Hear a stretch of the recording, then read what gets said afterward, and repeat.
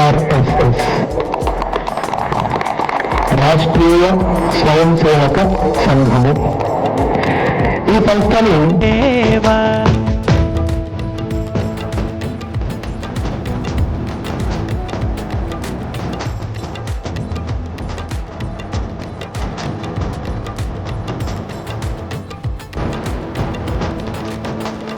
పుత్రుడు దేవోభవని. మరి తల్లిదండ్రులను ఏ విధంగా అయితే బాధ్యత ఉంటుందో మన పిల్లల్ని మన పాఠశాలకు పంపించినప్పుడు గురువుల ఆశీస్సులు కూడా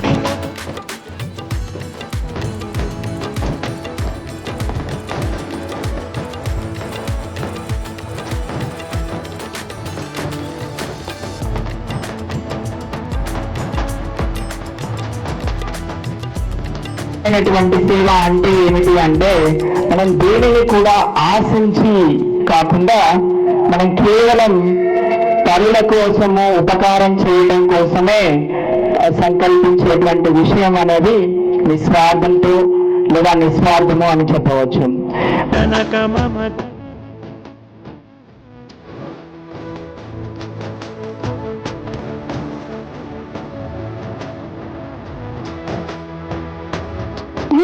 ఒక అధ్యాపకురాలుగా చెప్తున్నాను, తల్లిదండ్రులు పిల్లలకి సరైన ఒక స్వేచ్ఛ ఇవ్వాలి.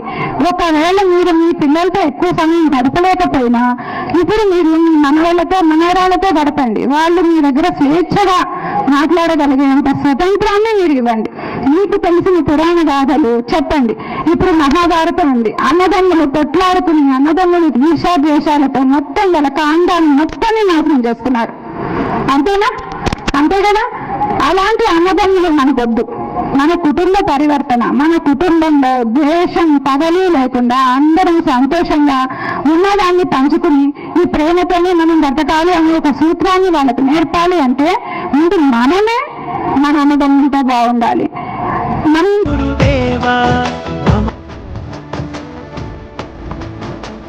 37 మీరు చెప్పిండ్రు. ఒక రాత్రిలో ఏరోప్లేన్ ల్యాండ్ అయ్యే విధంగా మీరు అది క్లీన్ చేసి ల్యాండ్ అయ్యే విధంగా చేసిరంటే అది సామాన్యులేలా?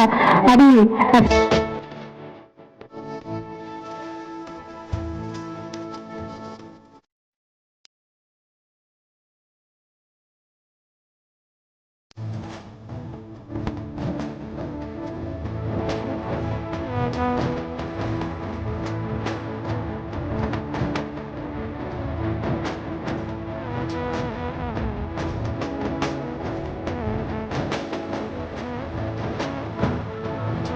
స్మృతి స్మృతి ప్రాణానాం ఆలయం కరుణాలయం నమామి భగవత్పాద శంకరం లోక శంకరం.